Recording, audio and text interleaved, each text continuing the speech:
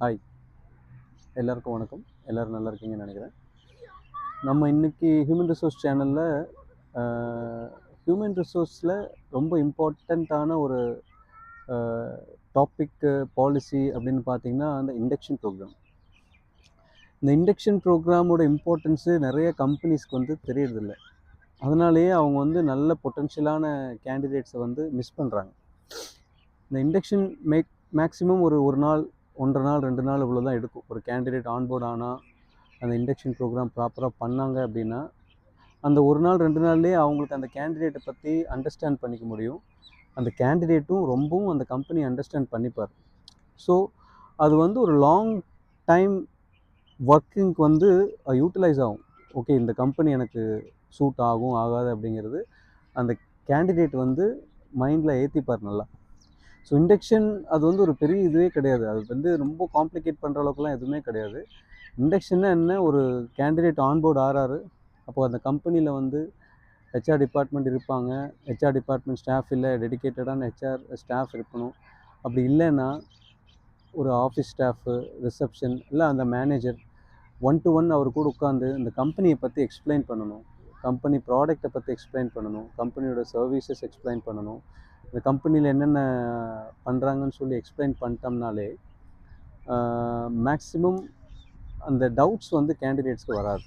Say for example, நீங்கள் ஒரு onboard பண்ணிட்டாங்க அப்படின்னா அவங்களோட ஆஃபரை பற்றி, அவங்களோட ஆஃபர் லெட்டர், அந்த ஆஃபர் லெட்டருக்கு எல்லா பாயிண்ட்ஸும் அவங்களுக்கு எக்ஸ்பிளைன் பண்ணுறீங்க. அட் த சேம் டைம் கம்பெனியோட பாலிசி கொடுக்குறீங்க. உங்கள் கம்பெனிக்குன்னு ஒரு டெடிக்கேட்டடான ஹெச்ஆர் பாலிசி இருந்துச்சுன்னா அந்த ஹெச்ஆர் பாலிசியும் கொடுத்து ஃபுல்லாக படிக்க சொல்லி அதை அக்னாலஜ்மெண்ட் வாங்கிக்கிறீங்க. அதே மாதிரி இந்த கம்பெனியில் ஒரு last 1 or 2 years company at least ஒரு 2 இயர்ஸ் இம்பார்ட்டண்ட்டான மெமோஸ், ஸ்டாண்டிங் இன்ஸ்ட்ரக்ஷன்ஸ் எல்லாம் நீங்கள் வந்து பாஸ் பண்ணியிருப்பீங்க மற்ற எம்ப்ளாயீஸ்க்கு.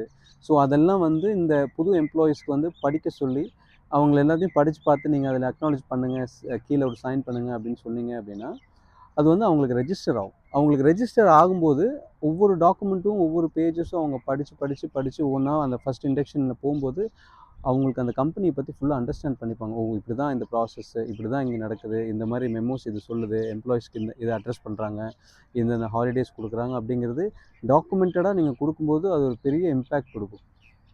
அட் த சேம் டைம் அந்த ரிலேட்டடான loss, labour loss, human resource policy இருந்துச்சுன்னா ரொம்ப நல்லது. அந்த ஹியூமன் ரிசோர்ஸ் பாலிசியே கம்பெனிஸில் வந்து ஒரு 40-50 பேஜஸில் வருது அப்படின்னா அந்த பாலிசி கொடுத்து அதில் சைன் பண்ணி வாங்க சொல்லிடலாம். அதில் படித்து பார்த்து சைன் பண்ண சொல்லலாம்.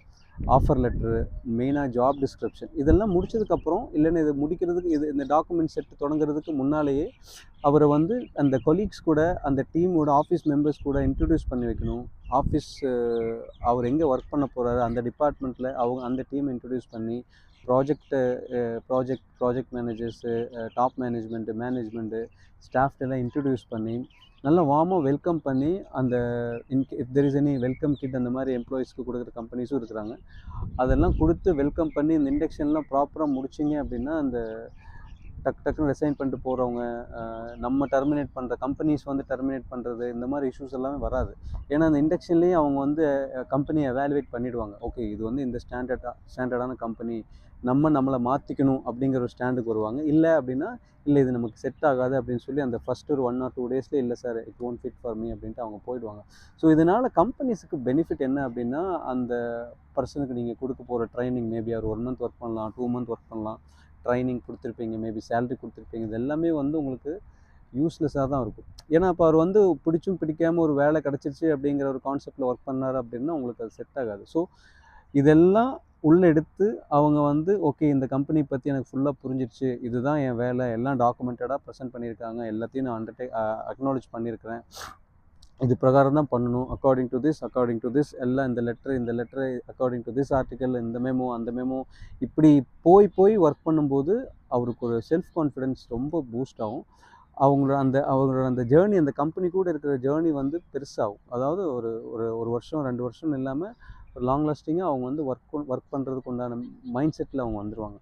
ஸோ இண்டக்ஷன் ப்ரோக்ராம் அப்படிங்கிறது அண்டர் எஸ்டிமேட் பண்ணாதீங்க. எந்த ஒரு கம்பெனியாக இருந்தாலும், நீங்கள் ஸ்டார்ட் அப்பாக இருந்தாலும், மீடியம் ப்ரொஃபைலாக இருந்தாலும், இல்லை நல்ல எஸ்டாப்ளிஷ்டான கம்பெனியாக இருந்தாலும், ஒருத்தங்க ஜாயின் பண்ணுறாங்க அப்படின்னா அட்லீஸ்ட் ஒரு ஸ்டாஃப் மெம்பர் வச்சு அவங்களுக்கு உண்டான அந்த இண்டக்ஷன் ப்ரோக்ராமை முடிச்சுட்டு நீங்கள் அவரை வந்து அவரோட ஒர்க்கை ஸ்டார்ட் பண்ண சொன்னீங்க அப்படின்னா அது வந்து ரொம்ப யூஸ்ஃபுல்லாக இருக்கும்.